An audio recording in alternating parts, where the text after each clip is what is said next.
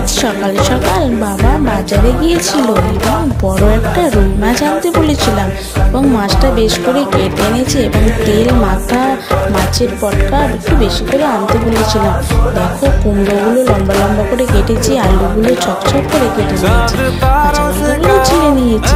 এবার তেল গরম করে এর ভিতরে মাছের মাথা ও তেল পটকাটা দিয়ে বেশ নাড়াচাড়া করে ঢাকা দিয়ে চলে গেলাম বাড়ির উঠোনের শাক বাগানে পুঁই শাক তুলতে। পুঁই শাক তুলে এনে মাকে দিয়ে বললাম এগুলো ছোট ছোট করে কেটে ফেলো তো, আর আমি সেই রাখা সবজিগুলো দিয়ে সেই ভাজা মাথা ও তেলের সঙ্গে বেশ করে নাড়াচাড়া করে নিলাম নুন হলুদ দিয়ে।